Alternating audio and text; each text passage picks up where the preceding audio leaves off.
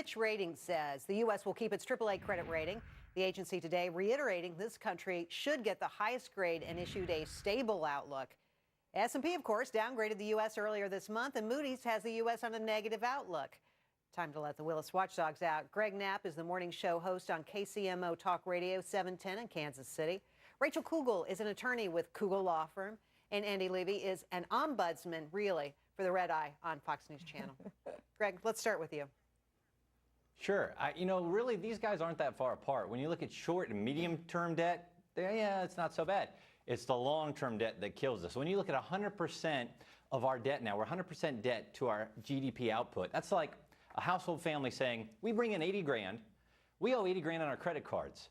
Every new dollar we spend, we're borrowing 42 cents. So instead of getting 3 credit cards, let's get 2 new ones. And instead of buying a $40,000 car, let's buy a $30,000 car. And, oh, I know, we'll cut HBO from our cable bill.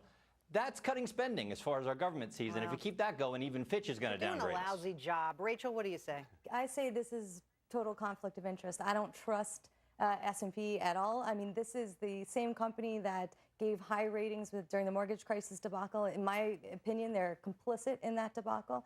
So I don't trust them. Conflict of interest. They have no fans. They have so few fans. I think the people who have a paycheck that is signed by S&P like them. That's right. What do you say, Andy?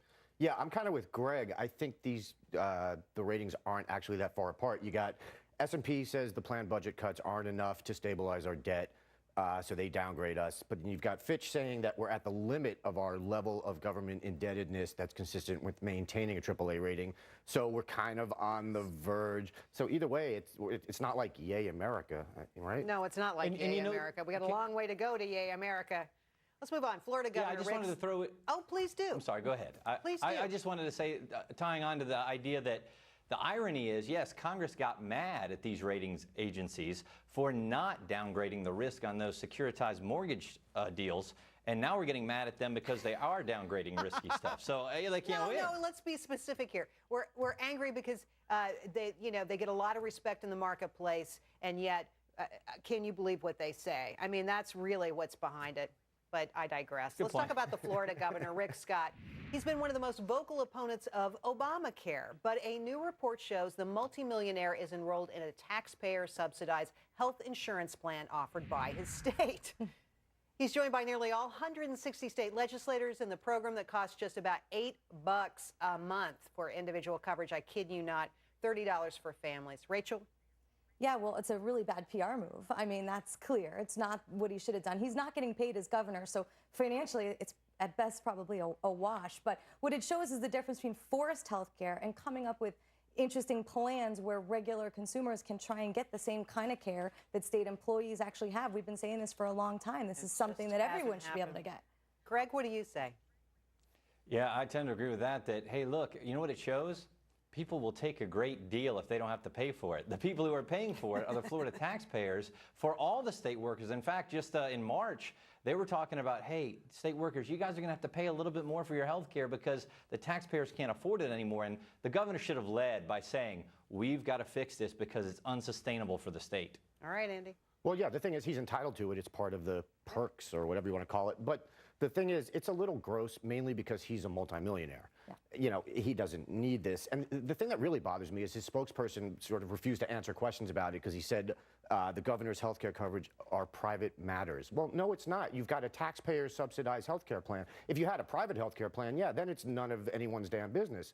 But if the taxpayers are paying for it, then they have a right to know about it. Good point. Good point. All right. We got to talk about the buses. President Obama is preaching his message on a 3-day Midwest bus tour. He's traveling on a new $1.1 million bus bought by the Secret Service. Now, in the past, they had to lease buses and retrofit them for the purpose of transporting the president, other VIPs. Andy, what do you make of this story? Can't he just Skype?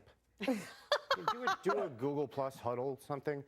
But honestly, I'm not going to throw the president under the $1.1 million bus. No, I'm fine with this. Presidential trips cost money. Presidential vacations cost money because of security. I don't have a problem with that. That's part of the job territory. You don't skimp on security for the president of the United States. Hello, it's campaigning. But even if it's campaigning, he's going to be campaigning for re-election, and we're going to be paying for his security. I don't mind paying for his security when he's campaigning.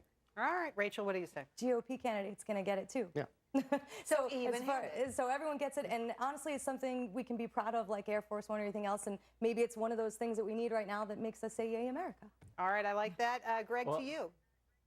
Yeah, I would say the problem is when you run the Kool-Aid Express as a campaign trip and charge everybody for it, the taxpayer, not the buses, but the actual trip, I got a problem. I just like to put a bumper sticker on the back that says, I'm spending your grandchildren's inheritance. Or the way he's blaming the economy on everybody else, maybe we need one of those little diamond signs in the window that says crybaby on board. I mean, it's all about the Republicans' fault, the Republicans' fault, the Republicans' fault. And he's taking zero responsibility for this economy. It is a campaign trip. It's not a listening tour. Sorry. Okay. We agree to disagree on all of those things, even the buses. Greg, Rachel, and Andy, thank you so much.